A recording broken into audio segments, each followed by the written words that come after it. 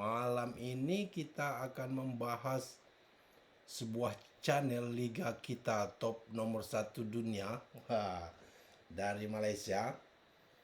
Ini bagaimana dia membuat pengumuman bahwa keputusan akhir PAM adalah menang melawan FIFA. Jadi FIFA mohon maaf dan tarik kembali hukuman kepada 7 pemain warisan, dan video ini dalam 1 jam udah ribuan kali ditonton, udah lebih dari 7.000 ini saya lihat.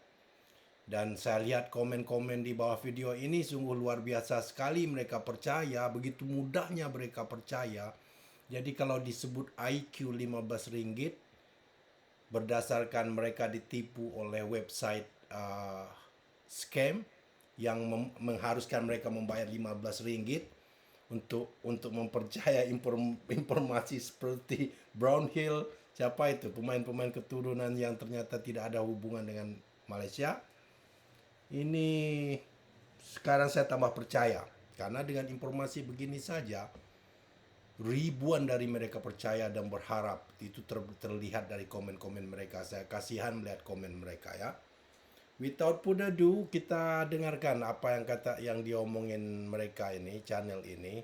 Pace ini bahasa Malaysianya, bahasa Melayunya sudah sedikit di Indonesia kan sedikitnya, jadi kita akan sangat mudah mengerti.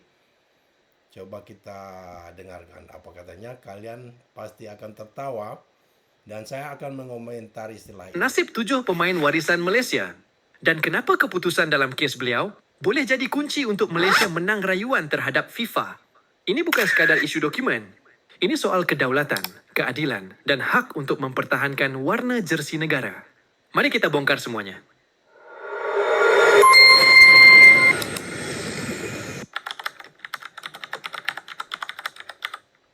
Malaysia kini berada di tengah-tengah ribut kecaman antarabangsa.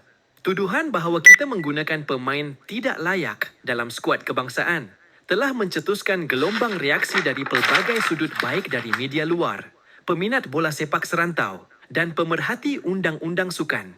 Namun, sebelum kita tunduk kepada tekanan emosi dan persepsi liar, penting untuk kita kembali kepada asas fakta dan undang-undang. Isu ini bukan sekadar tentang bola sepak.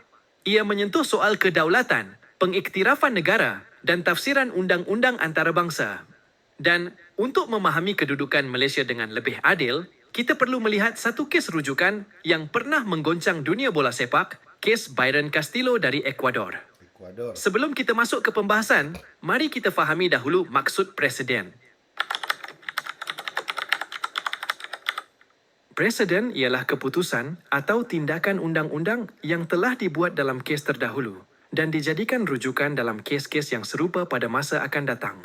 Dalam sistem perundangan, preseden berfungsi sebagai panduan atau asas untuk menentukan keputusan, terutamanya apabila isu yang dibangkitkan mempunyai persamaan fakta atau prinsip dengan kes yang telah diputuskan sebelum ini.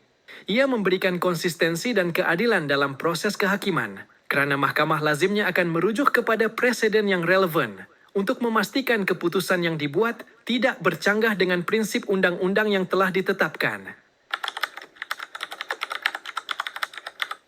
Byron Castillo ialah pemain Ecuador yang pernah dituduh lahir di Kolombia. Tuduhan itu datang dari 2 buah negara pencinta bola sepak, Chile dan Peru, membuat aduan rasmi kepada FIFA.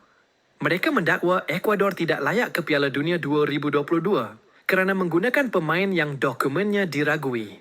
FIFA pun siasat dan memang ada percanggahan dalam sijil lahir Byron.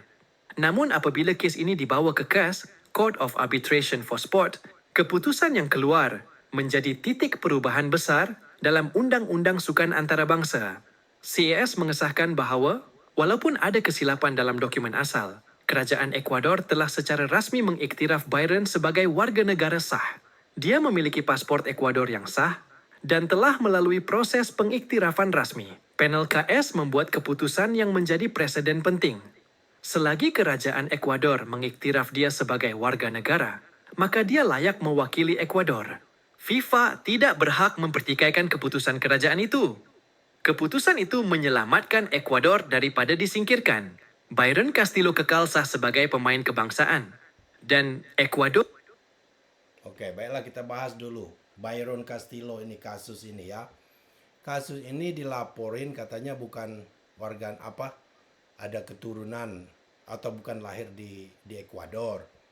Tetapi setelah selidiki memang dia punya keturunan darah Ekuador. Jadi nanti kita akan bahas lagi, ini akan sangat menarik. Ini Malaysia ini pandai sekali bermain kata-kata. Kalau berdasarkan hukum FIFA yang telah lewat, bagaimana dengan apa yang baru-baru ini?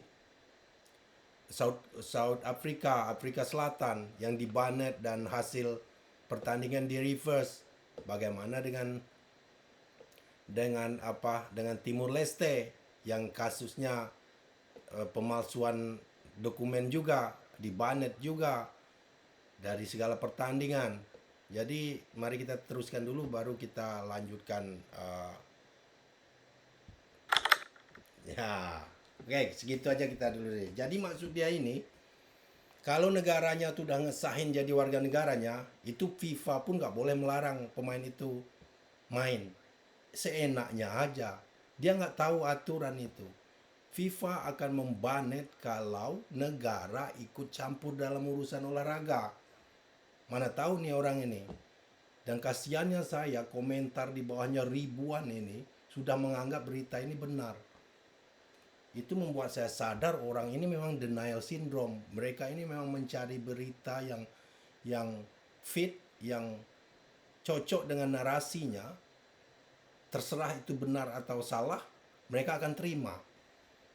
Ini lucu sekali saya lihat nih orang ini. Komentarnya gila-gilaan. Lihat ini di bawahnya ini. Saya pun ikut komentar di sana. Alhamdulillah ya, syukur Allah, terima kasih semuanya. Mendoakan semua, terima kasih semua sudah selesai terjadi. Yang ini tahniah, mudah-mudahan berita ini benar. Hidup Harimau Malaya. Terus in the valid point, this is valid point. Malaysia is sovereign nation. Hopefully ya, ini maksud dia nih, ini poin yang bagus. Malaysia kan negara merdeka, jadi maksud dia suka-suka Malaysia aja. Menaturalisasi orang sembarangan tanpa ikut aturan FIFA. Jadi kalau maksud dia kalau Malaysia ini udah mengesahkan, FIFA harus ikut seenak-enaknya aja. Mana ada aturan begitu. FIFA kan sudah bikin jelas aturan yang boleh dinaturalisasi itu kalau ibu, bapak atau neneknya lahir di negara tersebut. Ya, atau kalaupun dia nggak punya pertalian darah, dia harus main minimal 5 tahun di negara tersebut. Dan tidak pernah ikut tim nasional negara lain sebelumnya, timnas seniornya ya. Ini seenak-enaknya aja dia bikin kesimpulan ini gila. Kita Malaysia negara merdeka dan berdaulat, hak negara merdeka jangan dinafikan oleh badan sukan. Maksud dia kita ini negara merdeka, tak ada satupun badan olahraga atau komite olahraga yang bisa melawan kita. Gila kamu. FIFA itu dunia punya. Kamu harus ikut aturan FIFA, bukan FIFA ikut aturan kamu. Ini gila ini. Tengok komen-komen dia, percaya aja semua ini. Alhamdulillah jatuh bangun selama Harimau Malaya pada muka Hatera dan Lalang. Ampun. Setuju, mereka telah menjadi warga negara Malaysia, layak mewakili Malaysia. Come on, man. Ini denial syndrome orang ini tingkat dewa. Luar biasa. Seenaknya aja maksud dia, ya, poinnya di sini. Kalau negara mereka udah ngesahin, FIFA nggak bisa melarang. Walaupun itu pemain legal. Sementara mereka lupa FIFA itu punya aturan. Kalau mau naturalisasi pemain orang asing ke negaramu, penuhi syarat FIFA tadi. Minimal nenek atau kakeknya lahir di negara tersebut. Bukan berdasarkan kalau udah jadi warga negara bisa membela negaranya, enak aja. Coba aja ini. Tak sabar tunggu pengumuman dari FAM. Maka ketar-ketirlah warga Indodes. Makin kuatlah Harimau Malaya. Thank you TMJ. Beruk-beruknya TMJ keluar semua ini.